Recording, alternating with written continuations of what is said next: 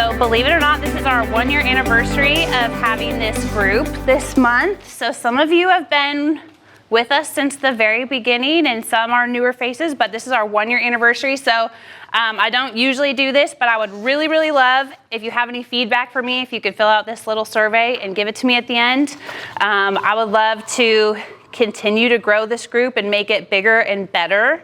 And on that note, I am looking for someone who is interested to help me out. This is pretty much a one-woman show, and if any of you, some of you know me decently well, and I'm a pretty busy person. So it's not an overly heavy lift, but it is always a little bit of a scramble to make sure that it happens and happens decently well every month. So I would love if someone else is liking this, if you get a lot out of this, maybe there's some benefits to your business, like if you are a lender or a property manager or something like that, and you would like to help me make this better, grow it, I am actively looking for someone to help me out with this. So if that's you, or maybe if you know someone, I would really love that. But even if that's not you, I would just love your feedback about how we can make the group better, the things you like, the things you don't like. So if you could let me know, that would be really, really helpful.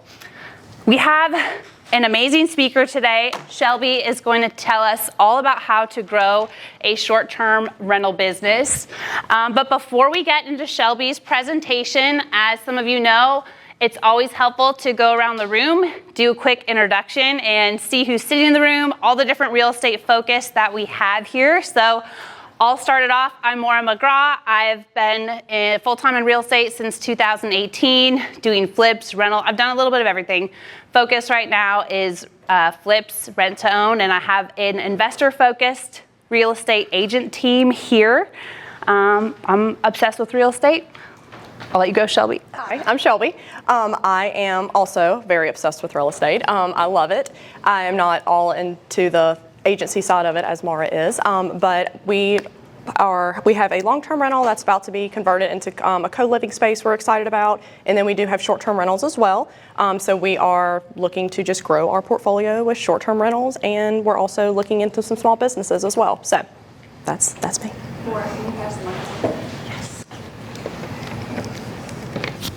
Hi, I'm Dustin Patterson. I moved here about a year ago. I got a few rental properties here, some in Illinois that I moved from that I'm still selling, and I've flipped one house and I'm working on a second one.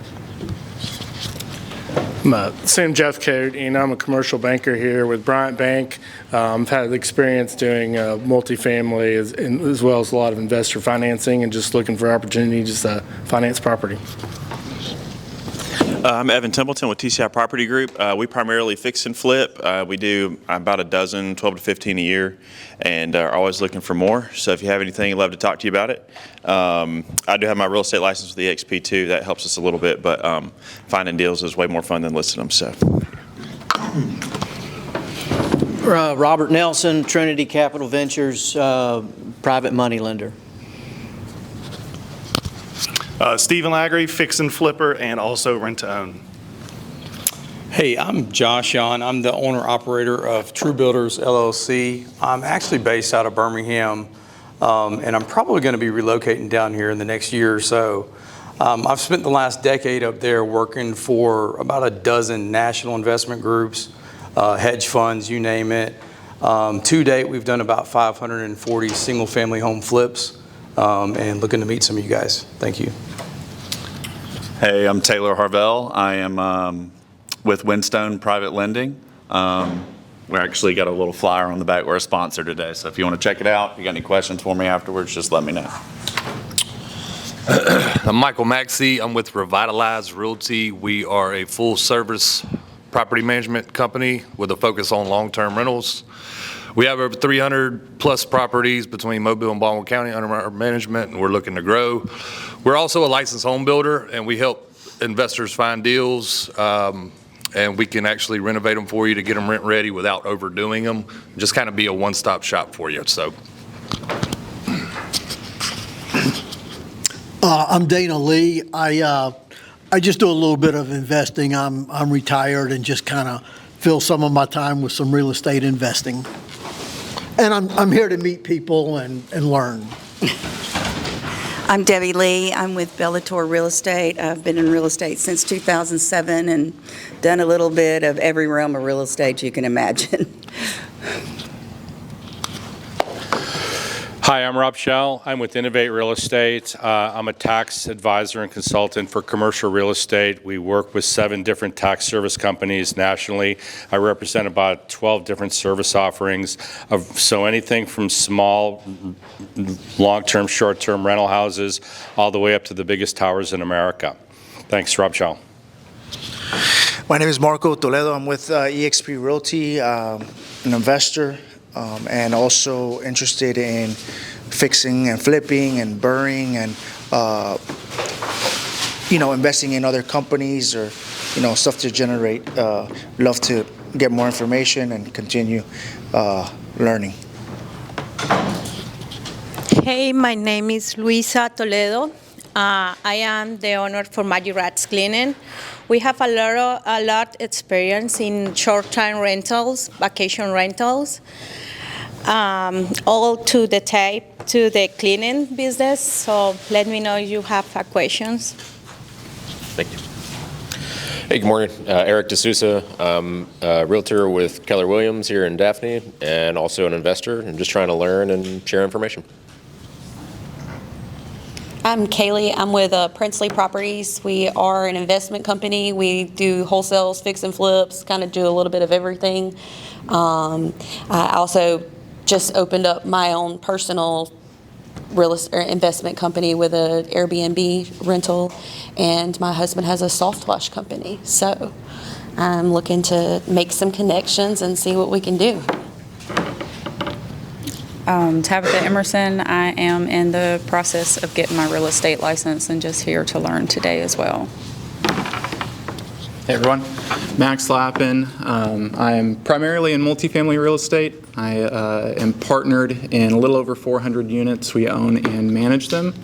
I also do some single family stuff on the side, fix and flips, and a private money lender as well. I am Lacey Gillum. I'm extremely new to this, but I'm looking to grow my knowledge and hopefully get my first short-term rental soon. Hi guys, Tim Emery from Denver, Colorado. I've been down here investing for about a year. Have 5 fix and flips done, Airbnb. I coach and I teach people how to fix and flip real estate. Mara had me speak a couple months ago, and I'm just in town for the week and was lucky enough to make this. So Mara's doing a great job and keep coming. Pretty badass short-term rental on the Dog River. And I do have a short-term rental, so we'll talk about that a little bit. Hi, Jesse Herfel and Karen Herfel, Complete Cash Offers. We've been in real estate for about 28 years now. On the agency retail side and investment side, we moved from Arizona to Gulf Shores about in December. So we're fix and flippers, wholesale, buy and hold, and also do multifamily, and would be interested in small business as well. So. Awesome. What about Karen? Oh, I'm good. You're good? Okay. That's what I said, Jesse. Okay. As you saw, we had our food was running a little bit late, but it's here, and I don't want you guys to be hungry. I know this is everybody's lunch hour. So if you want, go quickly, grab a plate, and then we'll get into Shelby's presentation. As you guys know, this group is free. It doesn't cost anything. We rely on our sponsors to make this happen every month. So this month, a huge thank you to Taylor Harvell with Windstone Private Lending and Marco and Luisa with Magic Rags Cleaning Services. They're going to tell you a little bit more about their businesses at the end. And also, if you look, the last page of your handout has Windstone Private Lending has a 100% construction loan program, which I know has been highly, highly requested among this group. So make sure that you look at that. And then all of Marco and Luisa's cleaning services is perfect since our topic is short-term rentals. So make sure you check that out. And thank you guys so much for sponsoring. Sorry our lunch was a little late, but let's just take like 3 minutes. Everybody can grab some food, and then we'll get into Shelby's presentation. All right. Well, hello everyone. Thank you all so much for coming out today to listen to me talk to you guys about short-term rentals and how to own and self-manage. So a little bit about me. I mentioned briefly earlier. So I am born and raised in Mobile County. I recently moved over here in the last 10 years to Baldwin County. My husband and I, we live in Robertsdale. He was the lovely guy that brought us the Fusaklis today. So I am currently the COO of 4 dental offices that spread from Mobile to Baldwin County. I manage about 60 to 65 employees and 10 to 11 doctors given on the day. We are also in the process of closing on a small business in Foley, so we're really excited about that. We should be closing towards the end of August. And then we're also doing a startup business for the Charming Host. It is a consulting business that will be everything that I'm talking about today. The Charming Host will be able to assist clients with the essentials with owning and self-managing a short-term rental. Our goal within the next 5 years is to own about 3 to 4 small businesses, 8 to 10 short-term rentals, and then have about 8 partnerships with consulting clients. So what do I know about short-term rentals? I discovered real estate in June of 2023 and absolutely just fell in love with the concept, became completely obsessed, and dove in to as much knowledge as I possibly could about investing. We bought our first long-term rental via Sub 2, January of 2024, and it's actually, like I said, in the process of being converted into a co-living space. It's in Mobile. And then after we got this long-term rental, we decided we wanted something that just had a little bit higher revenue. It's Sub 2, so like I said, it does well, but it wasn't generating exactly what we were kind of looking for. So we decided to shift to short-term rentals. And then in January of 2024, I invested in a short-term rental course because, as Warren Buffett says, the best investment you can make is an investment in yourself. And that short-term rental course just taught me everything I needed to know. And I completely fell in love with the short-term rental space, the hospitality side of it, and I just love it. And 3 days after my 30th birthday, September of 2024, we closed on our short-term rental. So it was kind of my little 30th birthday present to myself. So what are you going to learn today about short-term rentals? Why they're a great investment opportunity, how to get started and what to look for in a short-term rental, what your financing and your lending options are, how to set up, furnish, and stock a short-term rental, and then how to automate and self-manage. Like 2 slides down. Next one. There we go. Okay. So you have your financial benefits. So you normally with short-term rentals have a higher potential for nightly rates versus what you would get for a long-term rental. So for an example, our short-term rentals in Foley, usually you can rent for probably about $1,800 to $2,000 a month for a long-term rental there. Our property this month grossed almost $8,000. So that's a pretty substantial difference than what you would get for a long-term rental. And then also you can adjust your rates based on seasonality. So like when the Sand in Our Boots Festival came to town, immediately as soon as the tickets dropped, our house was booked. And our house ended up booking for $280 a night. And I learned that I really probably should have had it for about $320 a night. And lessons learned, next year we'll make sure to bump it up a little more. But you can also have multiple streams of revenue with the short-term rental, so you can add like things as pet fees, early or late check-in or check-out fees. I personally do not do either of those. For one, I am not pet friendly. I know that I will have to be in the future because that is a pretty high amenity that is in the Foley market of being pet friendly. And then as far as the early check-in, check-out, of course, it would be your business. You can do it however you want to. I personally do not charge for early or late checkout fees because it depends. It's kind of a case by case. If they're just wanting to get in 30 minutes to an hour, if the property's not being occupied, I don't really see the harm in letting them in there. But again, like I said, that's how I run my business. You can do it however you would like to. So you have your tax benefits. For one, I am not a CPA. But make sure that your CPA is very fluent in short-term rental and the language of short-term rentals because not all CPAs are the same. You have your expenses that you can write off. So you can write off expenses such as your insurance, your utilities, your repairs, furnishing, supplies, any of those, and also travel to the short-term rental is also usually deductible also.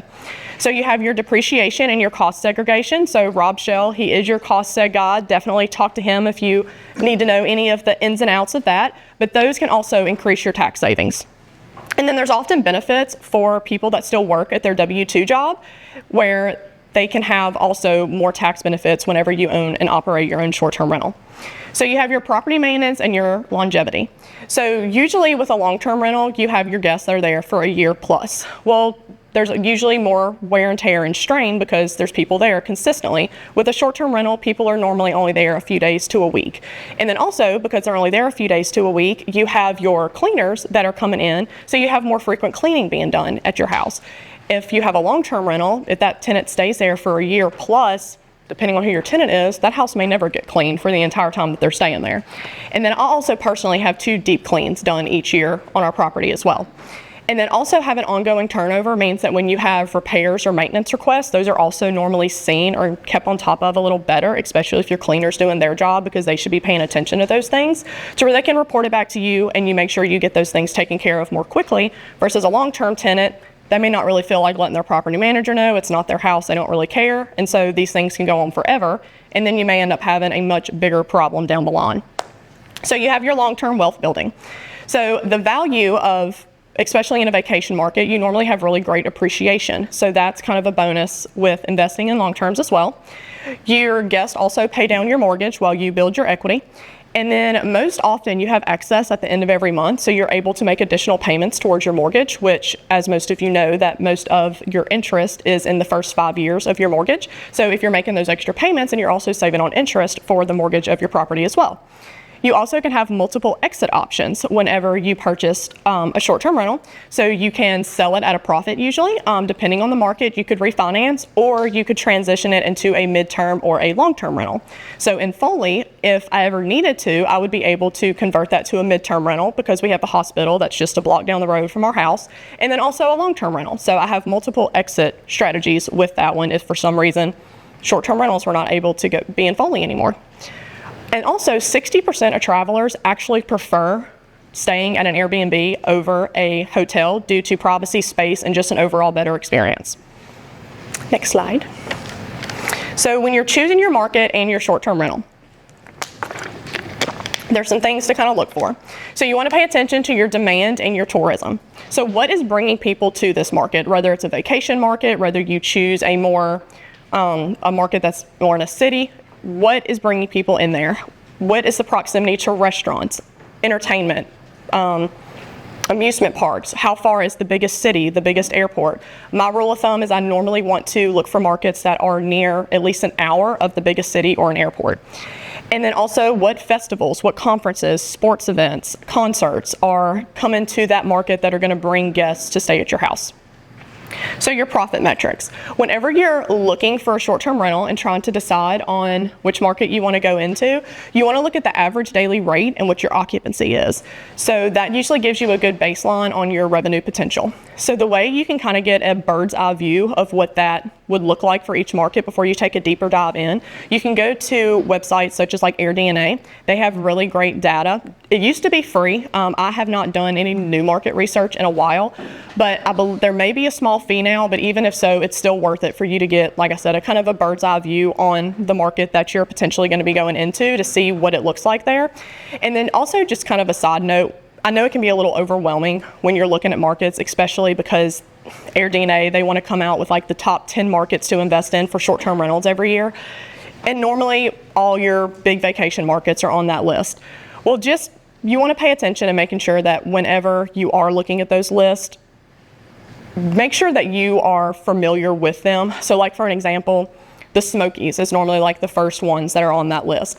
If you're someone that's never been to the Smokies, you have no idea about that market, that is a, as people say, a saturated market. So you may get pretty much trampled when you go in there because you're not going to know certain things that other people that are very familiar with that market would know.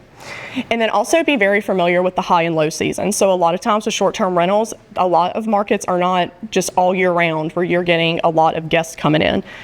Gulf Shores, for an example, you have a high season from probably like March to about October, and then after that you really start to die off. But thankfully with the Gulf Shores market, you normally have a lot of snowbirds that come in that can kind of help offset that slow season.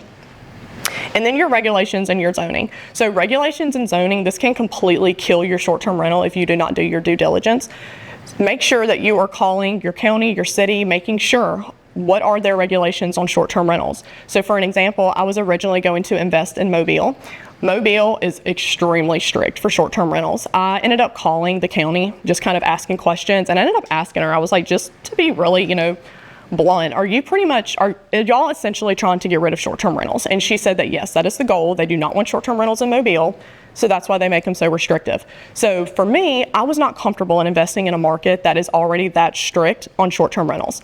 So I started looking over here in Foley, and Foley does not have any restrictions. They're actually very lenient. So I felt very comfortable with investing with them.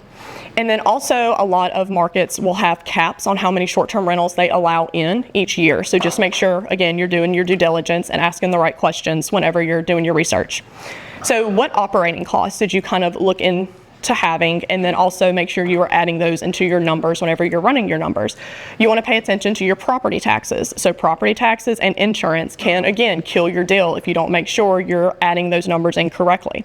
So insurance, as y'all know, down here on the Gulf, really high insurance, and compared to somewhere that's like the Smokies, again, for example, their insurance may not be as high as down here on the coast. So make sure you're running those numbers accordingly. And then also make sure to keep into account your electricity, your water, your internet, landscaping, pool or hot tub maintenance. And then also pay attention to HOAs. If you are getting into a neighborhood or a condominium, some of those HOAs can be restricting, and then they may have high assessment fees as well. So just ask your right questions. And then also if you're working with a real estate agent, especially if they work specifically with short-term rental investors, a lot of them know the right questions to ask and can kind of help you along the way as well. So property-specific factors. So your guests typically prefer access to places that are close to attractions, shops, restaurants. Also, parking is very crucial whenever you're thinking about your short-term rental and what market you're going into.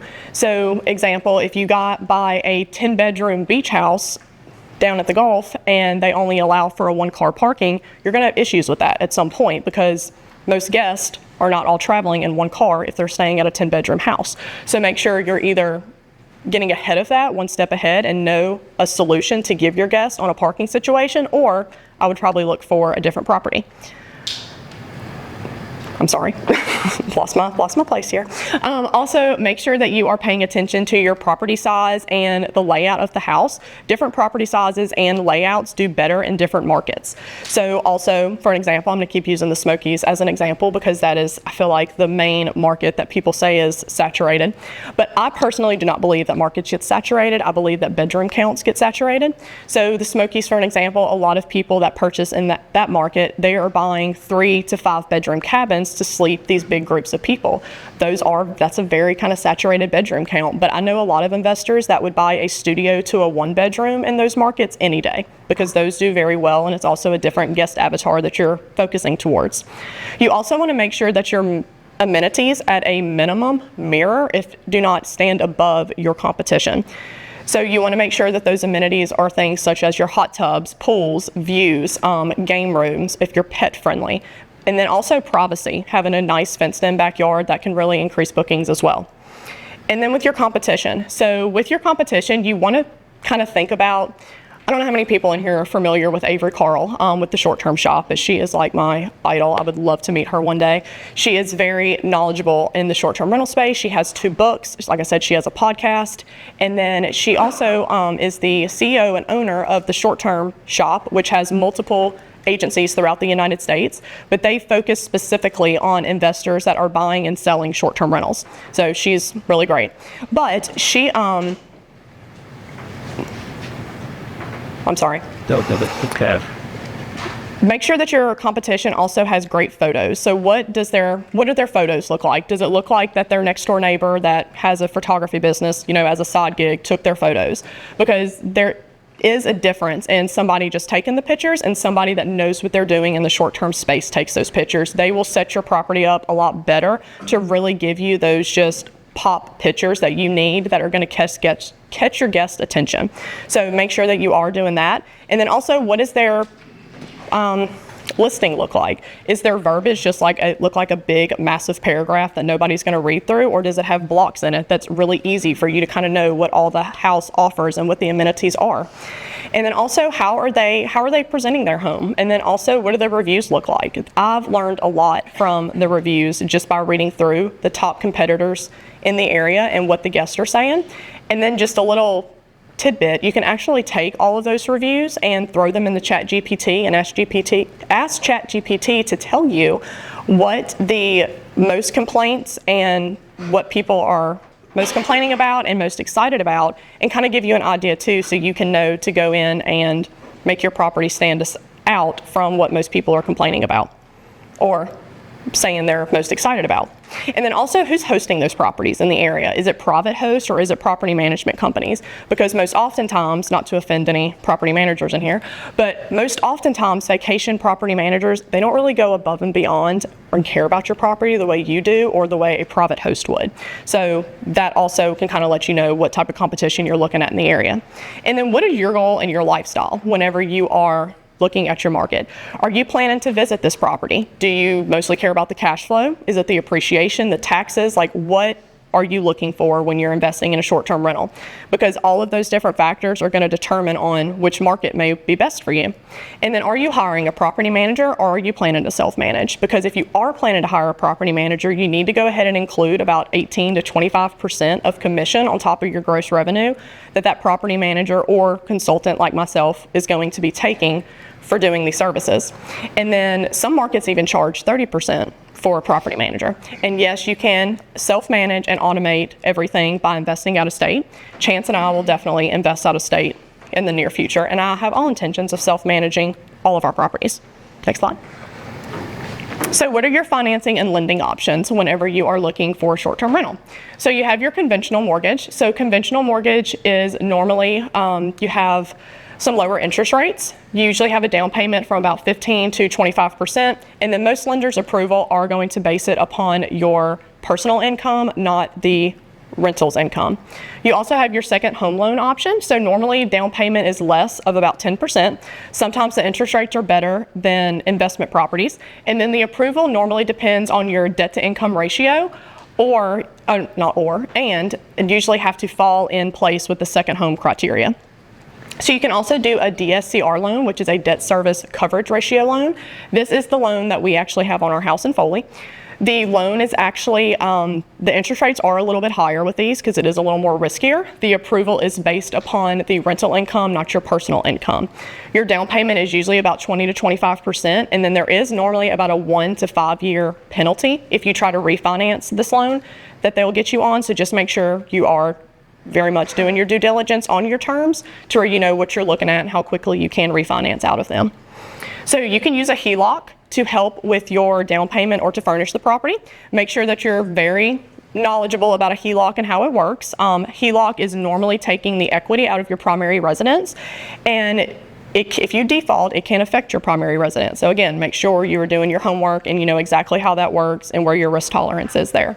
And then whenever you do use a HELOC, you are going to have to pay the interest back each month on it. So make sure you're adding that into your numbers as well, because that can also put a damper on how much cash flow you'll get back each month. So you also have your private money and partnerships that you can do. This may be an avenue for more experienced investors that are looking to scale once they've established credibility. But there's a lot of options with this route. You can form joint ventures, seller financing, private money lenders, but make sure whenever you are working with a private money lender or a partner that you have an incredibly transparent, clear expectation of what their return on investment will be. You do not want to burn a bridge. You want to make sure that when you are working with someone, y'all are all on the same page and there are no hidden anything anywhere.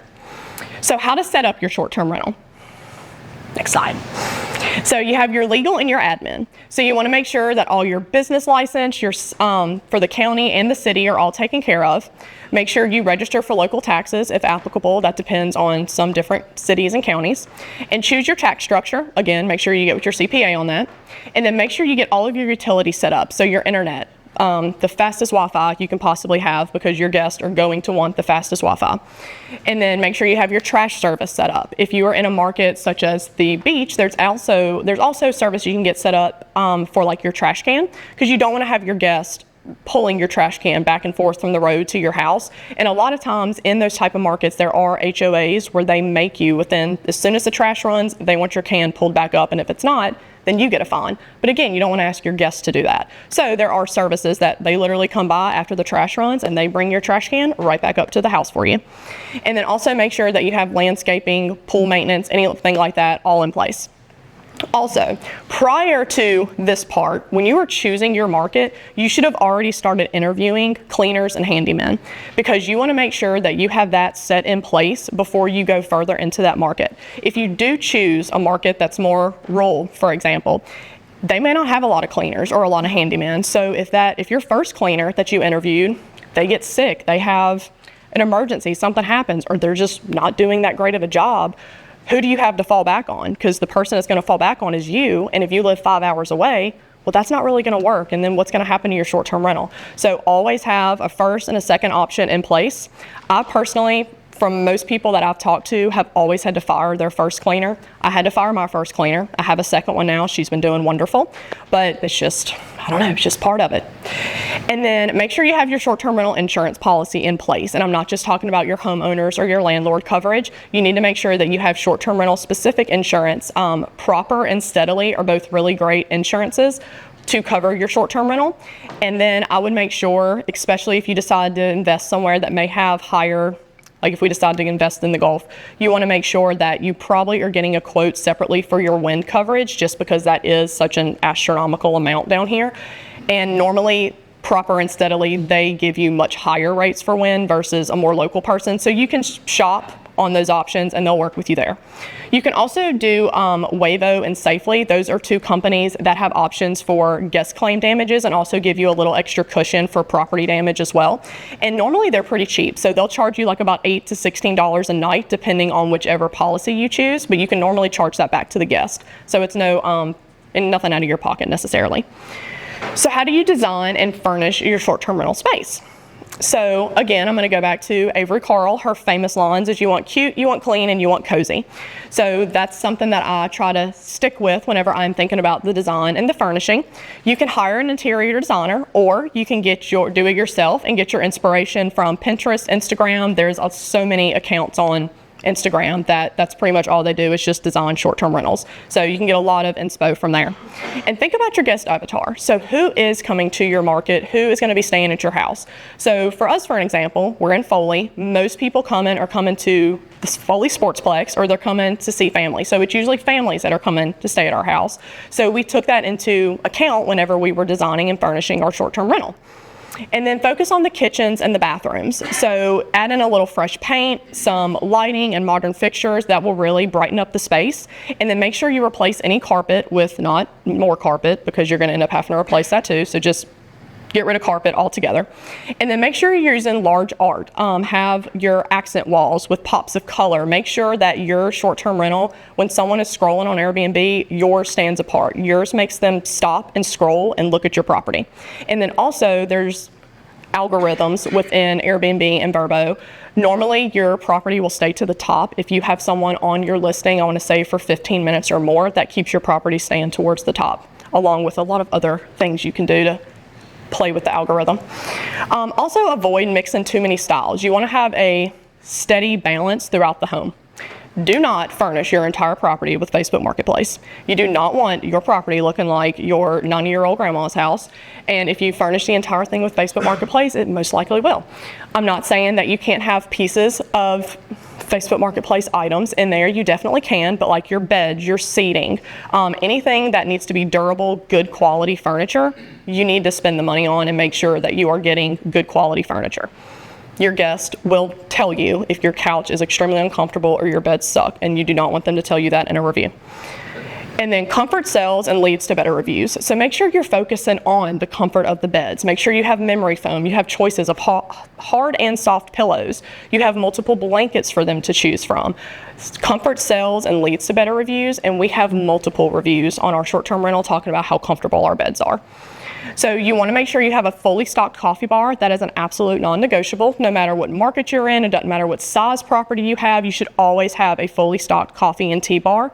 And then if you're in a market where you have a house that does have a lot of bedrooms in it, you could even take it a step further and have a coffee bar in every bedroom. That really spruces things up. I know a lot of investors that do that, and because it's so nice, just get out of bed and you have your tea and coffee bar right there. I would also highly recommend, once you get your property set up and furnished, to stay at that house for about 1 to 2 nights, just to where you can get a really good feel of where everything is. You know all the quirks of your house, you know anything and everything. And then also, if you feel 100% at home, make sure you vamp that up by about ×5 and go in even further. Whenever we were setting up our short-term rental in Foley, my husband actually said a couple times, he was like, Shelby, there's nicer stuff in here than our primary house. And there was, because we are going above and beyond for our guests here. They need to have anything and everything they can possibly think of. I want them to have the best experience. You can also use Minoan and Host GPO. Those are two websites that are really great wholesaler websites that can help you design and furnish your short-term rental. They have multiple different companies that they work for. Crate and Barrel is one I can think of off the top of my head, but it will basically keep all of your purchasing in one order, and it just makes things really simplistic and easy whenever you're trying to furnish, especially if you're furnishing an entire short-term rental. Next slide. Oh, sorry, I missed a spot. So I forgot a whole section here. How to stock your short-term rental. So you got to also stock and make sure your short-term rental has all of the supplies that it needs. So anything your guests could possibly have or need during their stay, you need to think about that when stocking your short-term rental. So toilet paper, paper towels, hand soap, dish soap, anything they need when taking a shower, a hair dryer. And you want to make sure you have 2 sets of everything. So 2 sets of sheets, 2 sets of comforters, plates. And for an example, like our house sleeps 6. So our house sleeps 6, we have 12 of everything. Because when you're on vacation, you don't want to have one plate that you're having to consistently clean. You want to have multiple of everything. And then also, if something happens with your sheets, you always want to have a backup set of sheets that your guests have access to. So if their child has an accident during the night, they don't have to necessarily worry about, washing all the sheets or anything. They just have another set they can throw on really quick. So make sure you're always thinking about that, and then also have cleaning supplies for your guests. If they make a mess, they need to have a way to clean everything up. Okay, next slide. Ouch. Okay, so your automation and your self-management. So I know this looks like a lot, but it's really not. I'm going to break it all down for you guys. So you have your channel managers. So channel managers are also referred to as your property management software, oftentimes your PMS. So I use Hospitable, and Hospitable is what I use for pretty much all of these items, except for a few, which I'll specify on what those are. OwnerRez is another channel manager that is really great. I've done a lot of research in it, done a lot of demos with them, and actually I found out OwnerRez after I found Hospitable. Hospitable is great. I've had no issues with it at all, but for a scalable property software, I feel like OwnerRez is a little better. Hospitable is more user-friendly, where OwnerRez is a little overwhelming when you first look at it. But we will be swapping to that at some point. However, like I said, Hospitable has been fine and I've had no issues with it. But your property management software, what it does is it syncs all your calendars, all your rates, availability across all platforms. So if a guest book your property, you don't have to think about like, oh my gosh, they booked on Airbnb, I need to go over here to Verbo and block it off. It does all that for you, it's already there. And it also has message auto. What is that? Sorry, guys, that is... Hello.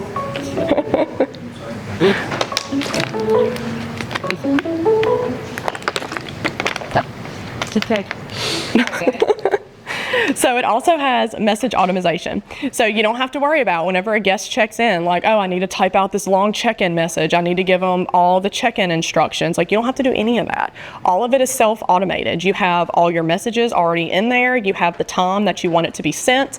And then you can also put smart codes in there, which is really cool. So you have your digital automation for your keyless entry lock. That code, the system will talk to your lock and it will generate a code, pull the code from your lock, put it in your check-in message, and then your guests have their code, everything's ready to go, and it activates the time they're supposed to check in. You can also link your digital guidebook to your check-in messages, so everything is right there, seamless for the guest. You can have your cleaning and your scheduling tools. So right now with cleaning, I personally just manage my own cleaner because I do fine with doing that, but when we purchase our next property, I will absolutely scale to a system called Breezeway. I have done a lot of research on Breezeway as well, done a lot of demos. Breezeway is really wonderful when it goes to automation for your cleaners, your maintenance requests. You can have your cleaners upload pictures. You can put very detailed lists on your expectations on what you want done. Also, if you have inspectors coming in behind your cleaners just to have a second set of eyes on the property, you can also submit checklists in there for your inspectors to go through and make sure everything is the way it's supposed to be. And then also you can submit maintenance requests, anything like that through Breezeway also. So it is a really awesome tool. And then you have your smart home automation. So you have your smart locks. So like I mentioned before, the smart locks, it is a non-negotiable, always have a smart lock. We use the Schlag encode. I know there's like 50 different ways to say that, but that one has worked absolutely best for us. I've done a lot of research on them, and this one has been wonderful. And then you want to make sure you have your security cameras. So your security cameras are outdoor only. Do not have any security cameras anywhere inside the property. If Airbnb or any platform finds out, your listing will 100% be shut down, and that's kind of creepy, so I wouldn't do that. But also with your outdoor cameras, when you have them set up, we have one set up on our front porch and our back porch, but make sure that when you are angling them, they are not angled to where it looks as if they are looking inside of the property at all, because your listing can also get shut down even if it's not aiming inside the property. If the guest feels like it is and they complain, you will get shut down. So also make sure that your security cameras have the big floodlights on them. Those are so nice and so helpful. I've had many reviews of guests talking about how safe they feel at our house. A lot of our guests get there kind of late, and so the big floodlights come on. It just makes everything bright and nice while they're getting their kids out the car, bringing them to the house. And then you have your smart thermostat. So we use a Kobe. There are multiple brands you can use for your smart thermostat, but it also allows you to kind of put a limit on what the guests are able to, how high they can put the heat or how low they can put it. So you can kind of put a max on that for your guest. There's also a system called Minute. It is a noise monitoring system. It looks like a smoke detector. And what it does is if you're in a market that maybe has, a tendency for possibly parties being thrown, this will monitor the noise that's in there. So if the volume starts getting a little high, the device will start notifying the guests like, hey, you need to bring the volume down. If the guests are still just getting louder, the volume's not going down, then the host gets notice, and then from there you can reach out from the guest. If the guests are still not responding, it's just getting worse, well then, at that point they get evicted from your house and you prevented a party from being thrown. So you have your dynamic pricing tools that you want to make sure you have as well. So don't try to do your own pricing. You're probably not going to be as successful as you would like to be if you're just coming up, pulling prices out of the air for your property. Price Labs is the dynamic pricing tool that I use. You can also use, I've heard Wheelhouse is another one. Price Labs is the one that I hear the most great things about, and I love using Price Labs. It has been wonderful for me. But it auto adjusts your nights based on your seasonality, demand, and local events. But it is not a set it and forget it tool, and it is not perfect. So you do still have to go in, you have to do your research, see what your competitors are charging. And then you also want to, again, like I said, it's not a set it and forget it. So you need to be doing, especially if you're in a heavy high volume vacation market, you should be doing your revenue management at least 3 to 5 times a week. If you do not have time to do that or you're not good at it, you need to hire a revenue manager. I also know a very good company that does revenue management. I personally do my own revenue management because I have time to do it, I enjoy doing it, and I'm good at it. But again, if you're not or don't have time, you need to count that into your operating cost as well. Then you have your digital guidebook. So I do not do a printed guidebook because every time I update or change something, I don't want to have to go through the whole shebang of updating the printed version of it. I can just easily go in, update it on my phone, and then it updates to the guidebook. So the guidebook is really great. It saves you from having to answer a lot of the same questions over and over and over again because everything is right there on that guidebook. The guidebook has local recommendations, places to eat, things to do, and then we also have all the little quirks of our house in there. So Chance and I actually, when we got everything set up, we went in and we made little videos. You can also upload videos to it. So we made videos on how to use the coffee pot, how to use our gas grill, how do you work our thermostat. Because a lot of times people, when they go on vacation, they kind of get vacation brain and they just forget how to do stuff sometimes. So having these just quick little videos in here that they can reference, they know how to do it. It's right there. I also have how to use our lock and how to just anything and everything that you could think of, it's in our guidebook. And I've actually had a lot of guests that have told me how cool that our guidebook is, and they've never really stayed at a place that hasn't, and how much they enjoyed it. So your analytics and your financials. So you've got to make sure you're tracking your KPIs, which is your key performance indicators. If you're not, what is the point? You want to be tracking your competition, your profit, your occupancy, and your expenses. Also, Price Labs is what I use for that as well. AirDNA is another one that you can use that I know some people use. I have never used AirDNA for that specifically. Short-term rental insights, STR insights, if you will. This company is absolutely fantastic. They do wonderful marketing and also analytics. as soon as we get another short-term rental, I will absolutely start using them. It did not really make sense for me to start using them with only the one property that we have, but really great marketing, and like I said, analytics as well.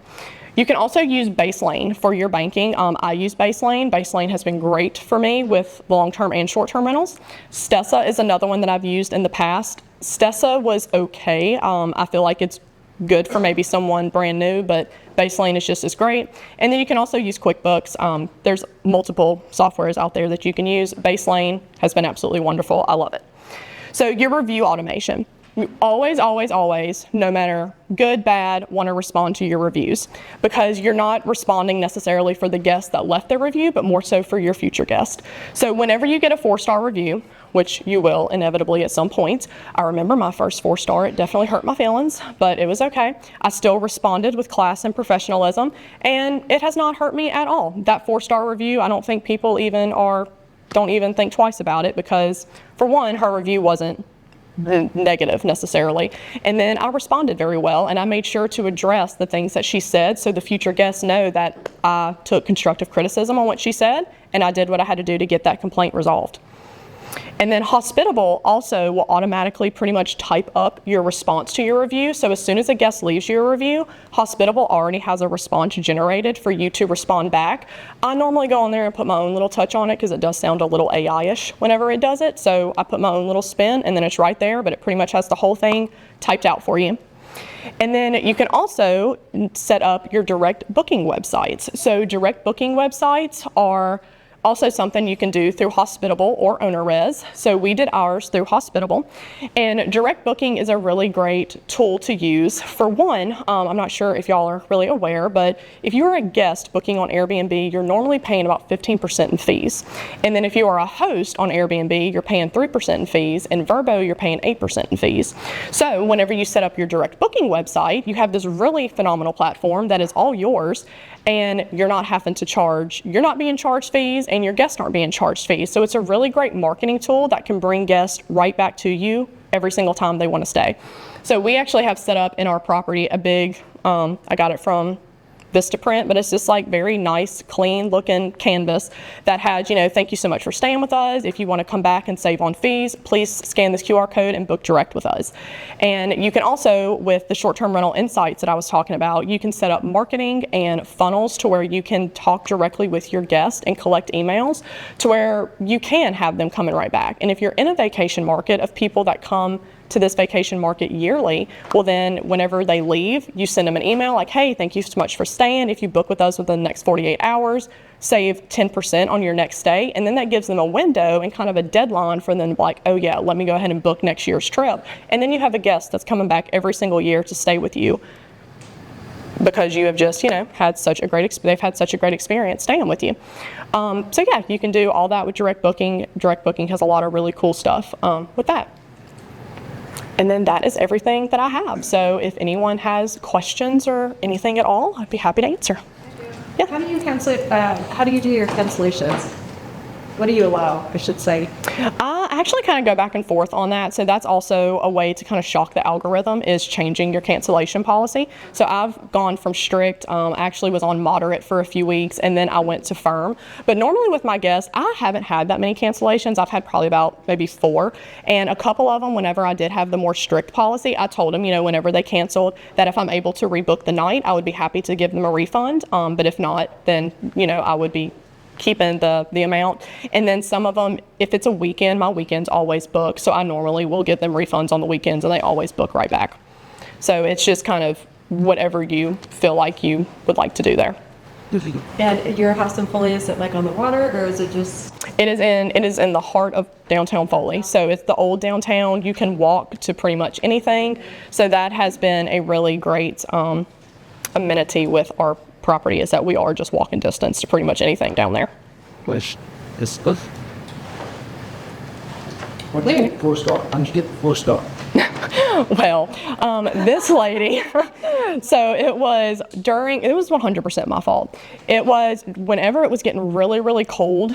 I want to say it was maybe around like November this past year, and we were just having those really, really cold nights. Well, I had not really thought about it, and this lady and her very young newborn came to the house. They got there kind of late. It was like I want to say like 11 midnight, and I did not have the heater on, and it was like 40 degrees in our house when they got in there, so she was not super happy about that. And but I did, really try to, I apologized to her, and she ended up being fine. And like I said, the review was not negative, like it wasn't ugly, it was just, I don't remember exactly what it said, but it was 100% because I did not have the heat turned on whenever she got there. Are you putting marketing spend to market the property at all? Yeah, so usually with marketing, you can market a lot of times on like through your local Facebook groups, kind of market that way. And you can do like Facebook ads. Facebook ads are really good. They're also more affordable than doing like Google ads or anything like that by just doing your Facebook ads. And then also by collecting the emails of your guests. So there's different tools that you can use. So StayFi is a tool that you can use that will connect to your Wi-Fi, and the guests basically have to put their emails in, and then you can collect their emails that way. And then there's also things you can do as far as like, if your guest wants the Wi-Fi information, you can put a QR code up that says, scan the QR code to get our Wi-Fi, and then they have to put the email address in to get the Wi-Fi, and then you can collect it that way as well. And then just email them directly with any type of ads or marketing that way. Smart. Are you using both Airbnb and VRBO? Mm-hmm. Yep. I attempted to use Booking.com. Yeah. If y'all have the patience, go for it. But no, I quit using them pretty quickly. And they had a lot of fraudulent people trying to book with me also through Booking.com. Where are some of the places for furnishing their houses? So our property in Foley, it already came mostly furnished. That's another thing too. A lot of times when you do purchase in like vacation markets, even though Foley's not like a vacation market, a lot of them do come furnished. Usually you need to spruce the furnishings up because it's probably been that same furnishings for the life of them owning the property. But you can do different things. So like with us, like I said, most of ours was already furnished, so we just really had to go in and throw like the design side of it. But Host GPO and Minoan, those are both really great places to look for furnishing like that. And then like TJ Maxx and stuff like that to just get your little decor items are good. Hey, I've got about 3 different questions. One is, when I had a rental property in Gulf Shores years ago, and it's a decade ago, so it's a long time ago, there was actually some really cool technology that we had for like the last year I owned that property that was able to track, and I paid for a service that was able to track all the festivals and all the things going on a calendar basis in rental markets nationally. And I paid for the service, and it then directed us and gave us consulting on how to adjust our daily rates based on what's going on in town. Is something out there like that right now? Price Labs. Yep, Price Labs does that. Mm-hmm. All right, second thing is, when you start to scale multiple short-term rentals, at what point does it start to be effective? I understand, and I was managing my own house, and I actually had great resources, but it was a pain, and it was a lot of work and a lot of time. When does it start to make sense to look at a property management company? How many properties, how much time from an individual investor does it make sense to kind of flip that switch and say, okay, I need to give up some of my margin, and I need to get a property manager to help me manage these properties?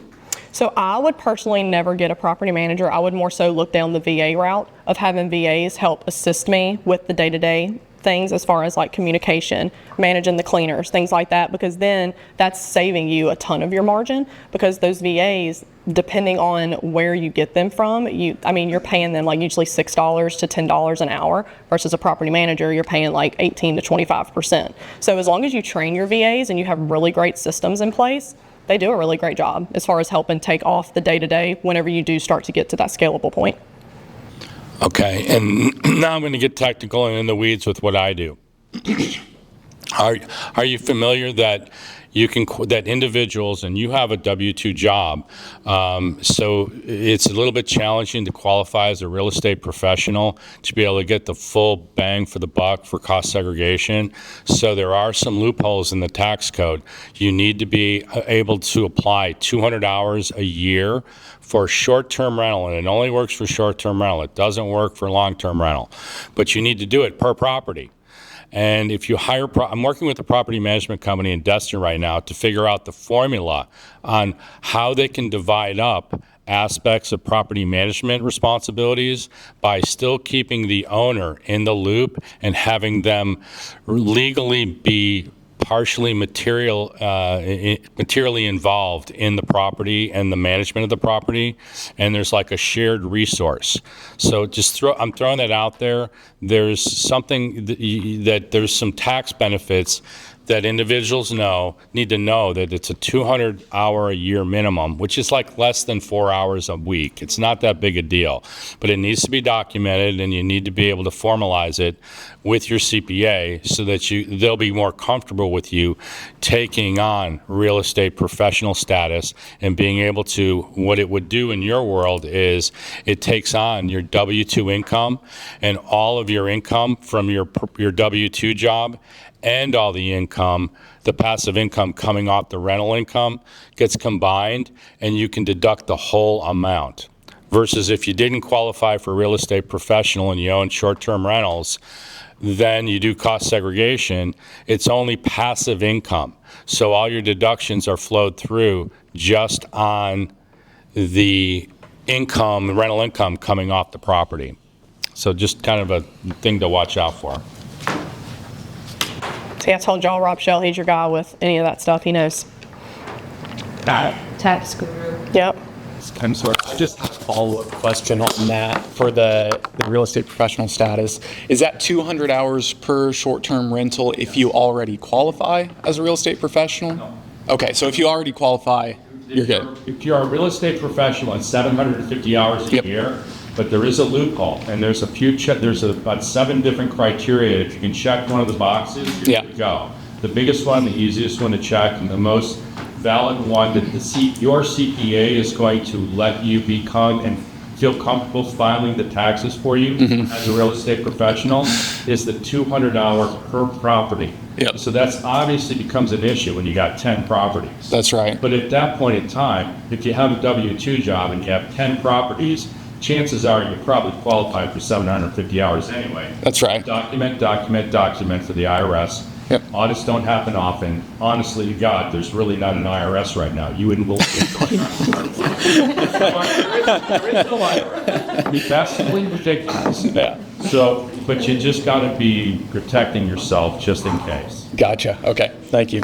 And you can also use a app called Rep Tracker that will help you kind of log your hours like that too. And then Mileage IQ will help you keep up with your mileage going back and forth to the property.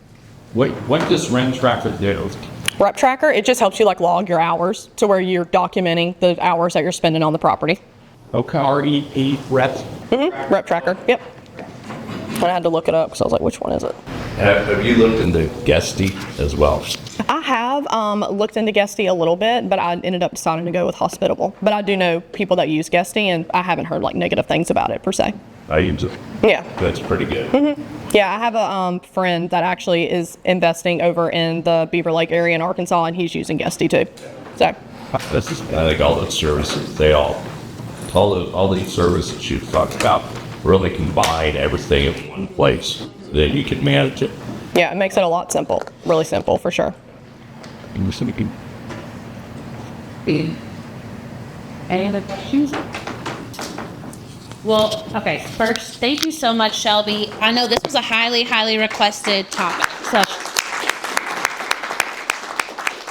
and Shelby is starting to do some consulting for people in this vein. I am. Yeah, so anything I talked about today, if y'all are interested or know anyone that is interested, I am accepting 8 clients and 8 clients only because I want to keep it very niche. I want to be very intentional and focused in on my clients. So, like I said, everything I talked about today, I do that. That is what the Charming Host does as a consulting business, partnering with property owners. So again, like I said, if anyone's interested or knows anyone, I'm happy to talk to them and see if they are a good fit for us. And if not, I will happily refer you to somebody else. Because like I said, I'm only taking 8 clients. Awesome. Okay. Marco and Luisa. So we have 2 sponsors today. So Marco and Luisa and Taylor. So first, you guys want to come up and talk a little bit about what your cleaning company... Wherever you want. Wherever you want. This is perfect because Shelby talked about how important a good cleaner is, and I know that you guys do a lot of short-term rental cleaning, right? Yeah. Okay, perfect. Hey, my name is Luisa. I am the owner to Magic Rats Cleaning. I am the direct manager. Okay, we have 8 years in the vacation rentals, and we have another types. We have vacation rental, deep cleans, and residential, and construction cleans. Everything we need to clean. But our focus is vacation rentals. We have 8 years in that part. We clean Gulf Shore, Fort Morgan, West Beach, Orange Beach, Dolphin Island. We clean something in Foley and Spanish Fort, Fairhope for vacation rentals. We provide amenities, we provide linens, we provide comforters, we provide everything to the guest need, and the owner don't want to take care. Because sometimes the guests damage the towels or damage the comforters, so we need to provide. We are in local for provide extra is needed. We management around 120 units right now. We provide all luxury stuff like hotel is needed, or like color comforters. We have a lot of customer 5 stars in Airbnb, VRBO.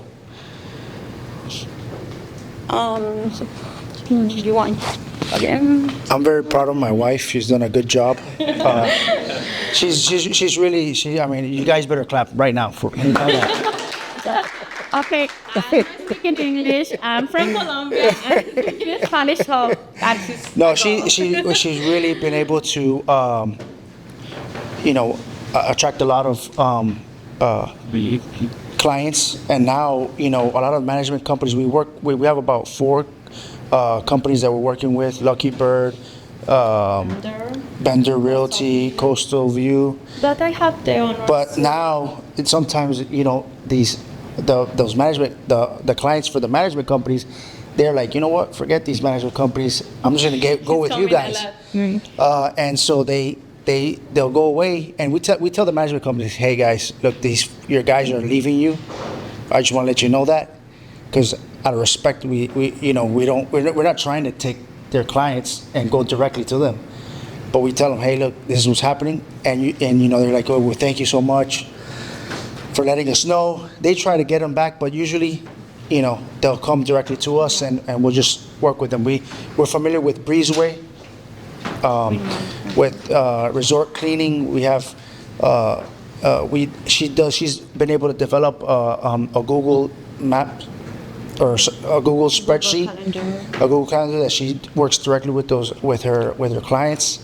And one of the big things that I've noticed, and I'm looking, I've been doing a lot more real estate, and she's done a great job in handling the operation, is that, the linens and the inventory and having, that comfort, is very important.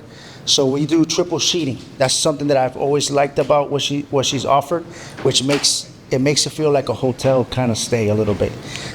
Very clean. A very clean look. Yeah. And especially before the COVID, all our customers try to change to the regular comforters, the colors and decor comforter for white, because it's more sanitizer and it's more clean, feel more comfortable.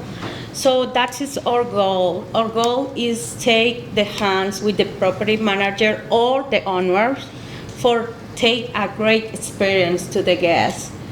That is I have, in particular, I have 2 units for one customer. He's in North Dakota. North Dakota, he's to there. and he only coming 2 times per year to his unit. But it's funny, he sent me yesterday the review for BRBO, and he say, okay, Luisa, thank you so much, because I have 1 year with him, and we have 5 stars every time. Only we have 2 little reviews about 1 carpet and about 1 comfort, 1 sofa, the same, but it's not too bad. And our goal with him is talking a lot about this. He's not here. We handle all his maintaining things. Well, you know, another thing too about the cleaners, usually, I'm sure you guys, if you haven't worked with them, is they're extra eyes. So Yeah. we have a really good communication with our cleaners and the owners to identify, and we suggest and let them know, hey, obviously minimize very concise things. Don't have too much items where it could topple, or, you know, a kid comes by and drops a vase. So we kind of get to them, hey, look, you want to, you know, we've been doing this for so long, and we try to make it very streamlined and easy for our cleaners to come in and minimize the risks that they have, and also with the guests. So you don't want to have too much, you know, items where they're going to get broken.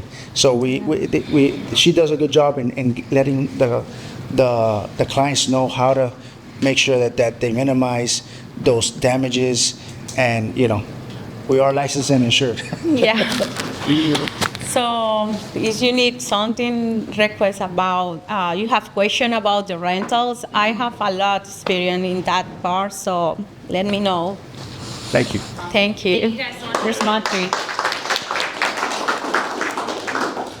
And then Taylor, do you want to talk a little bit? This is awesome.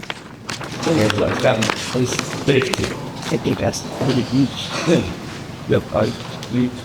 right, well, again, my name's Taylor. I'm with Windstone. We are a private money company. I'll just run you through some quick program highlights. As mentioned earlier, we do 100% financing. So that's going to be on your acquisition and your rehab. Typically, we're going to close you in 24 hours of receiving the property, approving it, but we'll guarantee you 48. Sometimes we get it later in the later in the evening. We can't do it the next day. We'll loan up to $2.5 million on each project. So we do have a big fund, so we don't ever run out of money. So we can kind of help a lot of people at the same time. There's no interest on undrawn funds, and you do get same-day draws back on any of your materials. So that's another thing. But I mean, what I would do is I would encourage you, if you've got, you know, any interest in flipping, or even if you're doing the Burr model, anything like that, to just shoot me a text. We'll set up a call. Everybody's experience is different. Everybody's goals are different. So that seems to be the easiest way. We'll just do a one-on-one basis. Yeah, and thank you for having us. Thank you for sponsoring us. Yeah, absolutely. So just let us know if y'all need it. Construction development. Will you say something about construction development? Yeah, so I mean, typically, our typical investor is going to be the flipper. So it's going to be, you know, we're going to close you on the acquisition, and then from there, you're going to be approved to a certain amount of funds to rehab the property. That typically looks like, depending on the experience level, anywhere from 4 months to 9 months. And it just kind of, like I said, it just depends on your experience level, what you're trying to do, how big the project is. I mean, I've got one on Government Street right now that's taken closer to a year. So it's all circumstantial, and so that's why we like to do it by deal basis. It's not just residential. We'll look at any deals. We'll do commercial. We've done some bars, but yeah, I mean, our main focus is that fix and flip investor. So so you do like a green site to do new construction? Yes. Well, yes and no. It depends. You know, we have one client out in Grand Bay who does, you know, he does new construction, but he's popping these things up in 2 months. And so he's got 4 months to sell it, basically, on his 6-month term. So They're tiny homes, so it's one of those things. It's if you're quick enough, yeah, but it's a lot riskier on our end. So it depends on what you're looking to build. What are your rates? Well, they're on a sliding scale, so if you're a little more rate sensitive, your points are going to be a little higher, and vice versa. We won't be the cheapest in town, but we do offer some things that other people don't. We're typically at 14 and 3 points. That's annualized over the year. So if you can do the math, but that's where we typically are. But again, case by case basis, if you're more point sensitive or rate sensitive, we can move that stuff around. Thank you. Is that it? Yes. Thank you all. Okay, before we break, if you guys can do me a huge favor and fill out my survey and turn it into me, even if this is your first meeting, you can just you can skip, I don't care if you skip questions, just tell me how you like this meeting. But we've been doing this for 1 year, and I would like to improve it, make it better, hopefully keep it valuable. So if you could rip this off and give me this survey, that would be a huge help. Thank you guys so much for coming, and we'll see you next month. We are doing HUD homes. So Gerardo Rodriguez, he is our local HUD home king. He's the king of HUD home purchases and sales. He has an awesome class that he's going to come teach about how to buy and sell HUD homes. It's very, very good. So that's what we got coming in August.